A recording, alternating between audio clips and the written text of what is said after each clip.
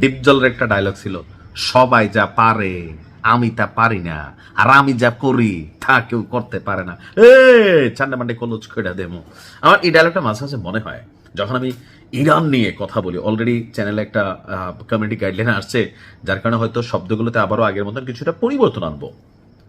What a player ভাই! মানে Iran মার্কিন যুক্তরাষ্ট্রের যে ছায়া যুদ্ধটা চলছিল, সরাসরি ছায়া, এই যুদ্ধের পর ইরানকে সারা পৃথিবী আরো একবার চিনছে। মালটা কি দেশটা কোন দেশ? ইরান।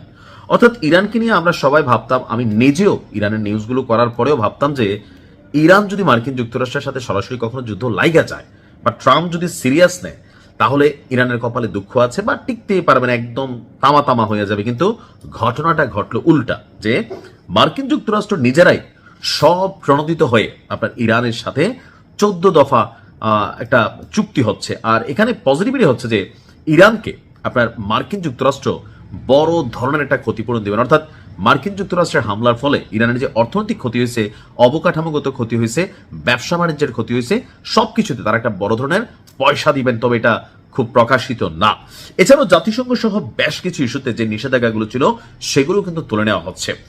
তো এই মুহূর্তে ইরানের এই যখন একটা কি বলা যায় গোল্ডেন পিরিয়ড, অথবা কি বলা যায় স্বর্ণযুগ, তো এই মুহূর্তে ইরান করতেছে কি, তারা আরেকটা ঘটনা করতেছে। আন্তর্জাতিক গণমাধ্যমগুলো বলছে ইরাকের ভেতরে গোপনে নতুন কয়েকটি সেল গঠন করেছে ইরান। কেন?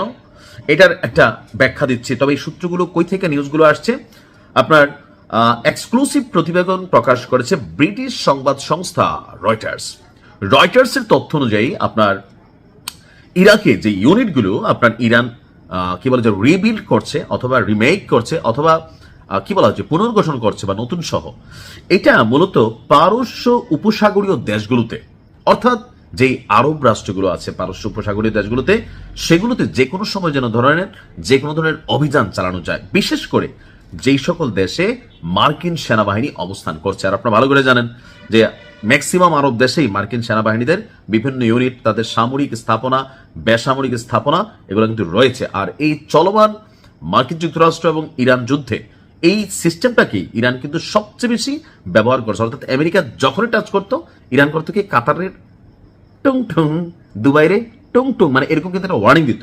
সো এটা একটা ফ্যাক্ট হয়ে দাঁড়াইছিল মার্কিন যুক্তরাষ্ট্রের জন্য এই যুদ্ধটাকে পরিচালনা করার ক্ষেত্রে। তো সূত্রগুলো বলছে প্রতিটি সেলে প্রায় 10 জন করে এলিট যোদ্ধা রয়েছেন শিয়া।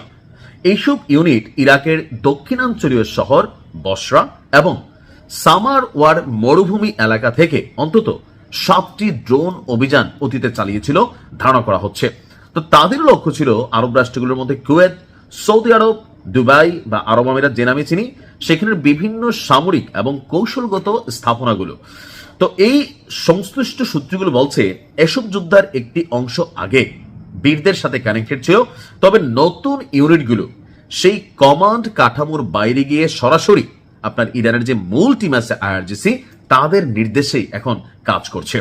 এই নতুন কাঠামো ইরানের যে যুদ্ধের কৌশল অথবা আরব রাষ্ট্রগুলোকে ব্যালেন্স করার যে কৌশল, সেখানে পরিবর্তনের একটা নতুন ইঙ্গিত কেউ কেউ মনে করছেন। কারণ তাদের আঞ্চলিক মিত্র বাহিনীগুলো আগের মতো শক্ত অবস্থানে নেই। অর্থাৎ আরবদের যে মিত্র বাহিনীগুলো, এগুলো শক্ত অবস্থানে নেই। আপনারা সুয়েজ ক্যানেল নিয়ে ধারাবাহিক দেখছেন যেখানে কি হচ্ছে। তো কেউ বলছেন যে বেশি নিয়ন্ত্রিত এবং কট্টর যুদ্ধার মাধ্যমে অভিযান চালানোর দিকে নতুন পরিকল্পনা আসছে ইরান। আর এই জন্য একদম আদর্শ যুগোপযোগী বা ধরেন হোয়াটএভার, মানে খুবই পারফেক্ট একটা চয়েস হচ্ছে ইরাক দীর্ঘদিন ধরে ইরান এবং যুক্তরাষ্ট্র এই দুই পক্ষের যে প্রভাব, সেটার ভারসাম্য রক্ষার চেষ্টা করছে। তবে এই ধরনের গোপন সেলের অভিযোগ যখন ইরানের বিরুদ্ধে আসছে, তারা কি স্বীকারোক্তি দিচ্ছে? না, তারা স্বীকারোক্তি দিচ্ছেন। তারা বলছে যে আসলে এই কথাগুলোর ভিত্তি নেই। কিন্তু আমরা জানি ইরান কি করতে পারে। ভালো থাকুন, আসসালামু আলাইকুম।